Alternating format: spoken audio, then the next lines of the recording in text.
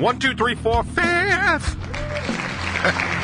That doesn't make it into a bumper. I don't even know why. What are the troops even fighting for? Hard Rock. By the way, if you don't do the world, though, like, what are you even doing? Hard Rock. Please do not send me your viruses. Hard Rock.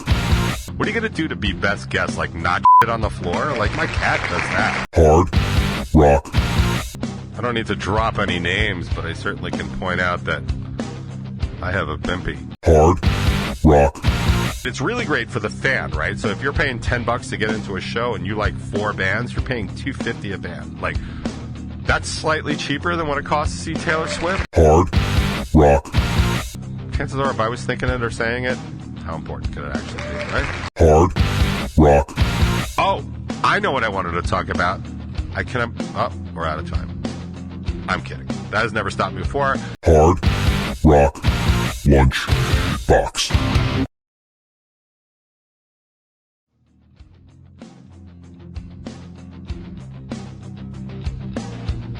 What is up, everybody? It's time for another edition of the Hard Rock Lunchbox and the Top 20. How's everybody doing today?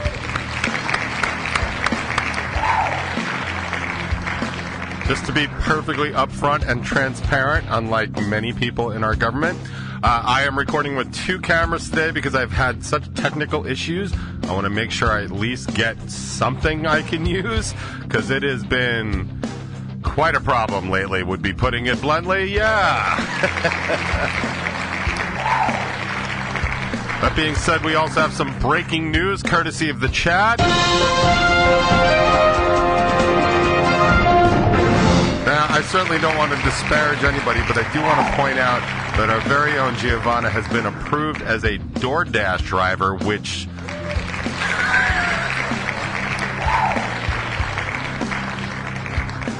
I helped that woman find her own keys in a parking lot that she dropped once. I don't know what the hell's going to happen to all those orders, but I got to tell you, the whole culture of DoorDash and Uber Eats is just so foreign and so something I just don't understand to me. Like, I full disclosure, I have never DoorDashed or Uber Eats.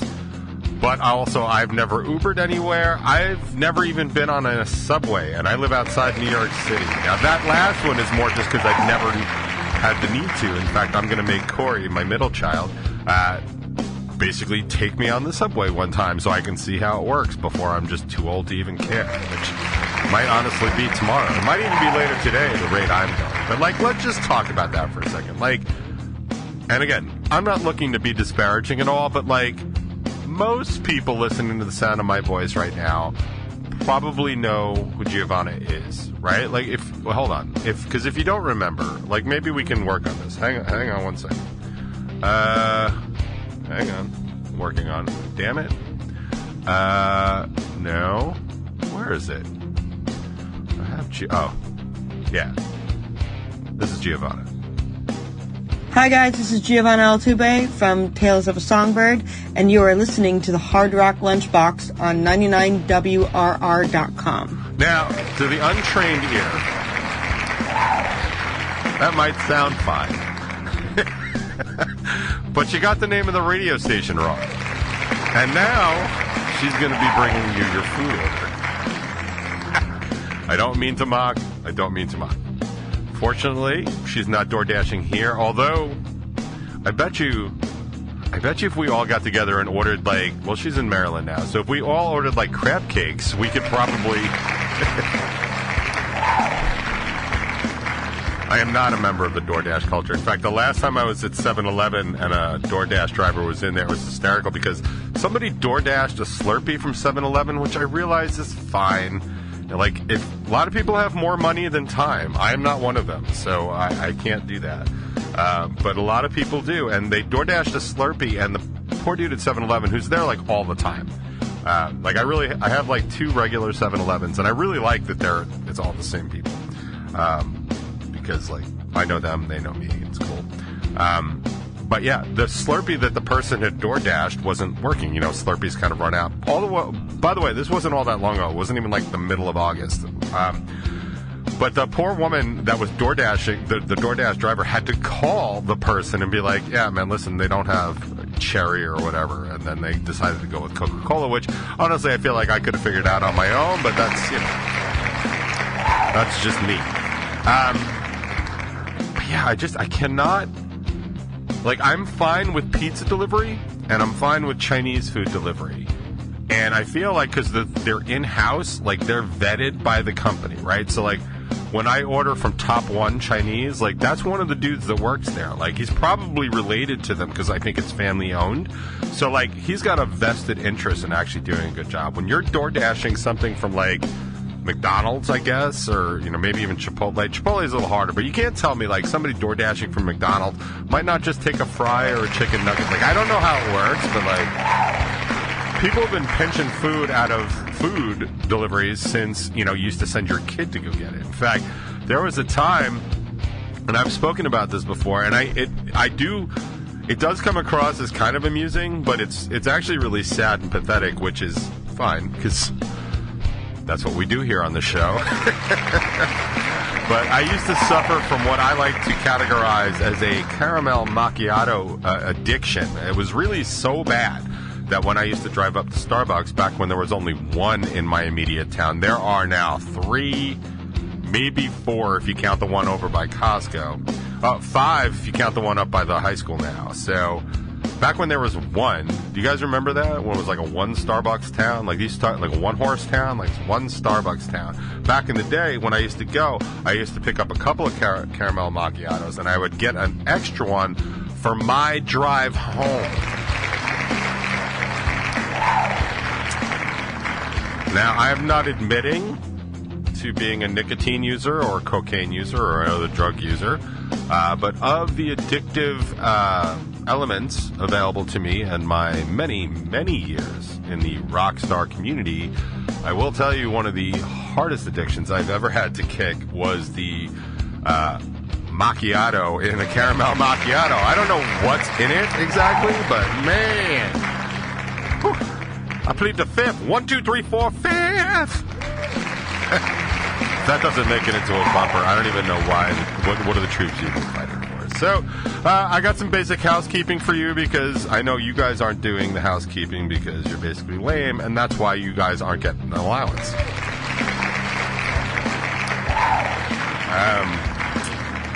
There's a brand new Top 20 out. I'd appreciate it if you view it, like it, share it, subscribe to it. Do whatever else it is people do to stuff on YouTube. I'm still working on getting on there. I was on there a couple weeks ago to answer some comments. Felt really good to finally do that. I'm so sorry.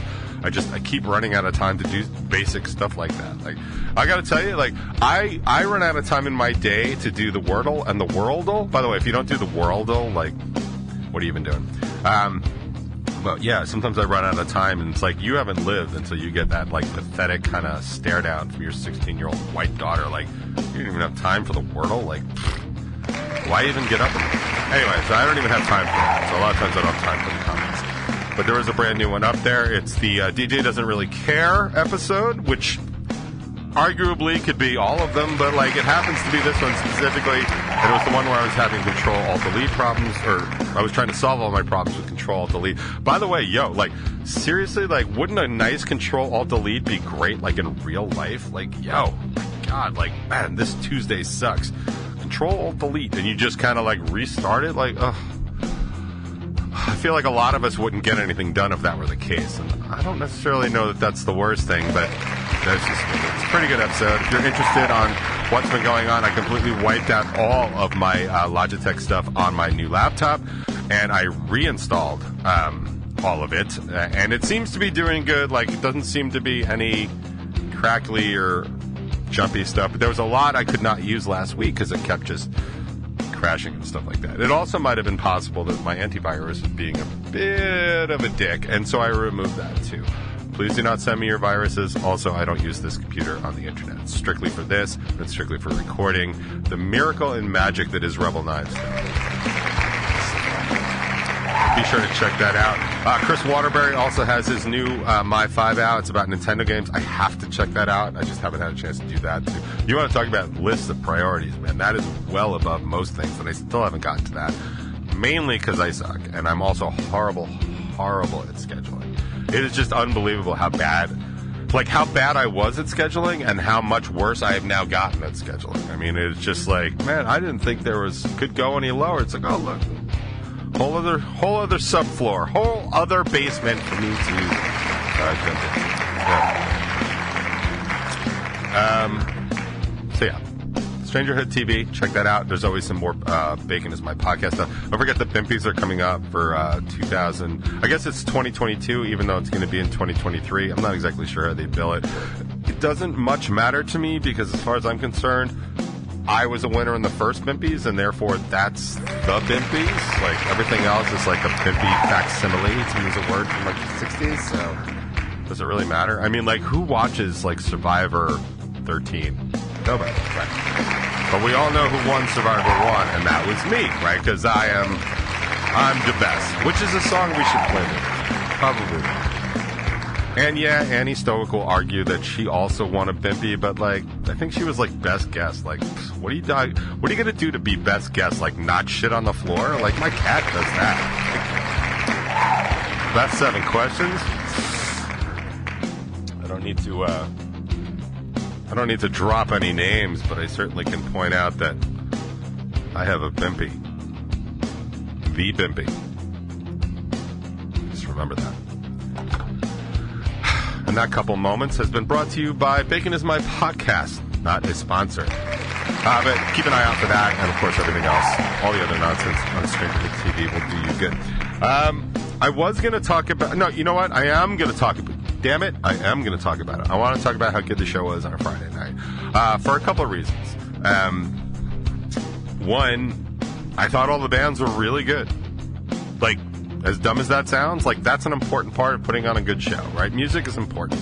I thought all the bands were, like, really on point. I like Mikey's back and forth on his song and Story of the Year. Like, I always like when he does that.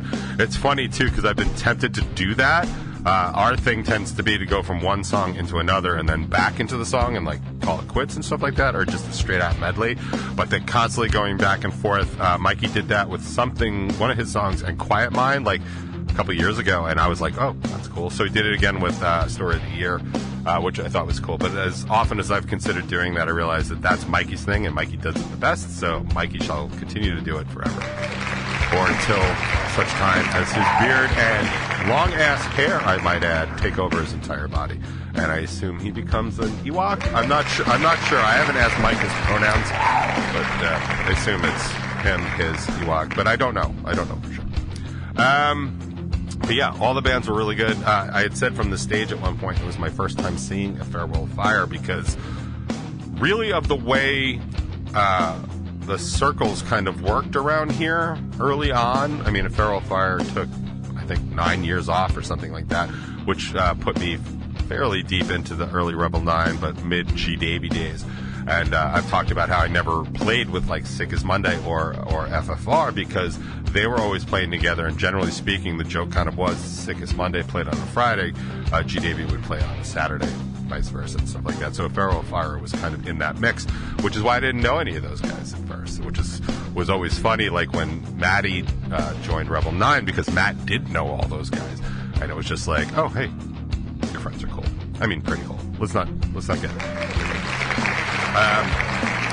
But it was actually really nice. I had a lot of good conversations. I actually got to finish very few conversations because there was a lot going on, and as much as I really, really do not like to spend any time talking before I perform, I was doing it because I'm just not out all that much. So, like, these are one of those opportunities for me to actually see people and talk to them and stuff like that. Like, I know I was actually talking to Eddie for quite a bit about, like, kind of like, what the hell are we going to do, like, going forward, like, show-wise? And we're, talking about some stuff that I had talked to his dad about and stuff that he was telling me his dad is working on. But, like, we even had, like, a chat going for the show.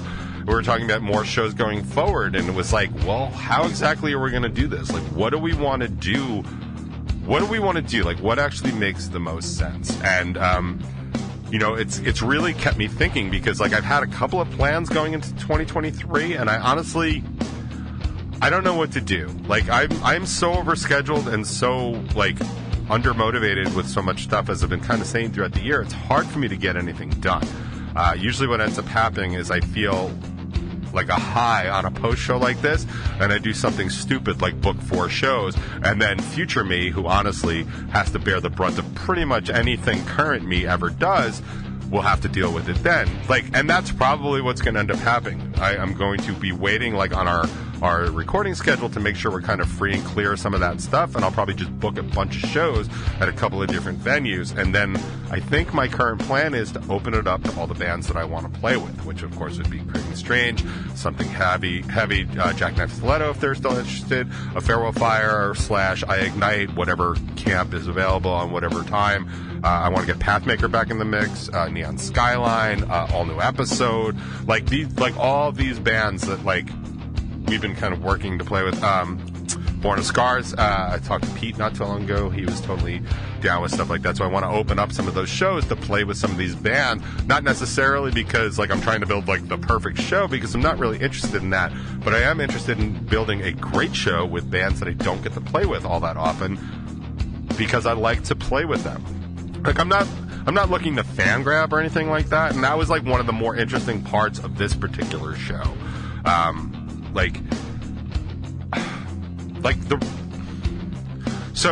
So as far as Beery's goes, I have my own personal reasons that I haven't booked shows there before. People that know, and that's fine. I don't feel like sharing it now, and that's cool too. But it seemed prudent to do it. I had originally tried to book this show at Nostalgia, but Nostalgia isn't big enough to hold these bands, nor to support the audio needs of all these bands. That's big technical speak, and you don't need to know the whys of that either. Just know that is indeed the case. So the thing with Beery is, first of all, it's super central. It's super simple. The staging isn't great, and the staging is a constant problem across any band with more than 3 people. It just is. I don't exactly know what to do with it. I've seriously considered just literally hiring Tony, flat out, to just build a little addition to the stage that we just bring with us, just to make the optics look a little bit better. I don't know. It's going to depend on how many more shows we play there. The staging is great, but the sound is, and the bar is, and the parking lot is. All these things are great. And, even though they take a fair percentage of the money from the shows, which isn't great, but at least it ups their diligence in collecting, which is great, right? So when we played other places that are kind of a little bit lax, or where we get the full door, they're not necessarily motivated to watch the door. That's kind of a problem. I'd almost rather have them on the hook for it. And I think everybody that went there saw, there's a dedicated sound guy that was in the room and on the sound the whole time. There was somebody who was taking tickets and giving out wristbands on the door the whole time and checking. That checking, people that have come in the back, is not something that other people do. And I feel like that's a valuable service. It probably netted us a few more people in terms of dollars at the door than it would have normally. So I feel like that cost is worth the cost of doing business. Plus, and here's the big one for me, none of the bands had to sell tickets. It was literally word of mouth, show up day of. Now, that might cost us some money, because there's always people that we sell tickets to that don't show up, and we end up pocketing that money, and that's great too. But it's also not something we necessarily want to do. I'd rather people come to the shows, and come to the shows when they can. And the obligation is tough, because if you have a ticket in your hand, you're much more likely to go. I get all that. But in terms of the actual ease for the bands to just be we're going to be here, why don't you be here as well? Super important to me. It really, really is to me. And I don't know if that's true for all bands, but certainly in my incredibly advanced age, and after 40 years basically of feeling like I'm selling tickets since the day I was born, it's popped out, I'd be hey man, who wants to come to my first show? Probably not all that far off. But also, it's just such a chill experience, right? I don't think anybody had a bad time that I saw. It was fun, and I definitely want to thank the number of people that that actually stayed late and stayed for our entire set. I was not fully expecting that. I really thought it was just going to be our core group, and it was going to be super simple. But that bar was hopping almost the entire time, and it's funny too, because you have this issue, right? And Jimmy and I have talked about this for years, where we build like this good show, like where bands are that people want to see pretty much all the bands, or at least most of the bands across the night. What happens is you actually get a lower draw, right? Because you're attracting people that are fans of the bands, and generally, like if you're a fan of one, you're at least a partial fan of the other, which is great. But it's really great for the fan, right? So if you're paying $10 to get into a show and you like 4 bands, you're paying $250 a band. Like, that's slightly cheaper than what it costs to see Taylor Swift. I mean, I don't know for sure, but I think that's the case. That's a huge deal. It's not such a great deal for the bands, because now the band, especially when the way we do it, is we take in all the money and then we just divide it up. Like, I'm always aware of roughly like who's drawing what and stuff, because I do appreciate like the sum of the effort. And honestly, if I ever put a show like that together and a band draws nobody, that's going to be a conversation, because I think at that point, like if you're not even trying, like it's not about putting asses in seats, but it's about being part of the experience and making the show better. If you're not going to work to do that, to date, I've never had that problem, ever. Everybody's always drawn at least a little bit, and that's all I could really ask for. And it's great, and that results in us having this like really long show that people are there for like 4, 5, or 6 hours, which is always really good for the bar too, right? Because people are in for the night, so they drink a little bit, and all that. And I did talk to the dude that helped us book the show, and he said, yeah, man, it was a good night for sure. So I'm guessing the bar turned a profit, which is fantastic. But yeah, so, and because of all that, I was able to pay all of the bands. It's not a big deal, but honestly, kind of just opening up your Venmo and having money for something that you love doing anyway is not too shabby.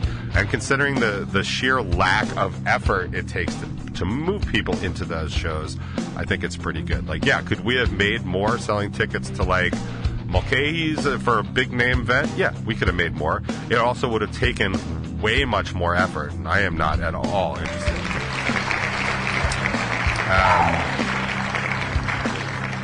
I was going to say something else about people, saying I don't really know what I want to do going forward. I'm going to pick a bunch of shows, probably do that. Yeah, I don't really remember what else. I'm sure there was something. But chances are, if I was thinking it or saying it, how important could it actually be, right? Well, if it comes back to me, it comes back to me. If it doesn't, then it doesn't. But thank you, everybody that showed up, and thank you, everybody that tried to show up to the show on Friday. I hope you enjoyed it. I hope you had a good time. I know I did, for sure. And again, I'm already in talks with Beery's to put on a couple more shows there, and I will pull it out to the bands to see who's available. I'm probably going to do 1 or 2 at the... Oh, I know what I wanted to talk about. We're out of time. I'm kidding. That has never stopped me before. It's not going to stop me now. So the thing I was actually talking to Eddie from iIgnite and the Farewell Fire about is this, and it made its way into the group chat, is this concept of, do we continue to try and play smaller places that are not so super band friendly, like Village Pub or Beery's? I'm not going to play at Rams. I don't even know if Rams is open anymore. I don't think I'm going to play Shakers because it's in Oakdale and it looks awful.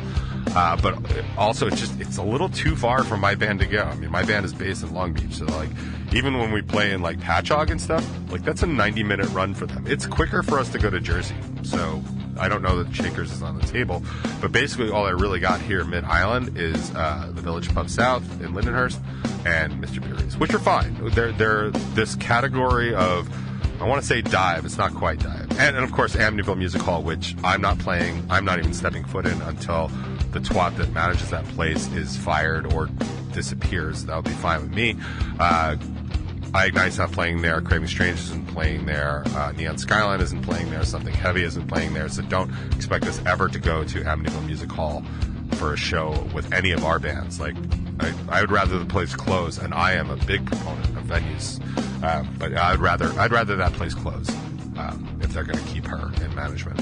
And I keep warning all the bands I know. I know Devoted Fusion is going to be playing there soon. And I was like, man, good luck with that. But anyway, so the question is, like, do we keep building up these dive situations that are less than optimal for bands, which I think is a good idea, or do we push into some of the bigger venues, something like the Warehouse or 89 North. The only way to get into a place like that is to play a non-weekend night, unless there's some special occasion. And I'm starting to wonder if that is something that people would be interested even in going to. I know when we used to do Unplugged, it was a Tuesday night, everybody was out by 11. People seem pretty happy about that, but those are acoustic nights. They're super chill, super easy. But if I put on a rock show with 3 bands running from like 7:30 to 11, like, is that something people would want to do? Or 8 to 11 with an opener or something like that? Is that something people would be interested in? Because that's the other thing we can do. Right? We can keep building up these dives and have our Friday or Saturday night shows, and everyone can just drink too much and sleep in late the next day. That's fine. Or we go to the Warehouse, like on a Tuesday night or a Wednesday night. We have a full-on rock show on a much bigger stage. Do you think people would be interested in doing that? I don't. But also, I'm not the person that I'm trying to make go to these shows. So if you have a thought on that, like, definitely join the conversation here, 99WNRR. .com, or you can go to hardrocklunchbox.com. It'll bring you right to the site. You can join the chat because I'm super interested. Like, that's a legit question I have for people that actually go to shows. Is that something you'd be willing to do? And if you are listening to this afterwards on the podcast or whatever, like, by all means, like, message me, hardrocklunchbox at gmail.com, because I would love to hear what you thought. Or band@revel9.com. That's fine too. Because I want to know the answer to that, because I have a feeling that people are not going to flock out to see like a big rock show like on a Tuesday or Wednesday night, but maybe once in a while, maybe. I mean, they certainly used to for, Thanksgiving Eve, but it's kind of a different thing. So I'd love to hear your thoughts on it. In the meantime, let's get you some thinking music, shall we?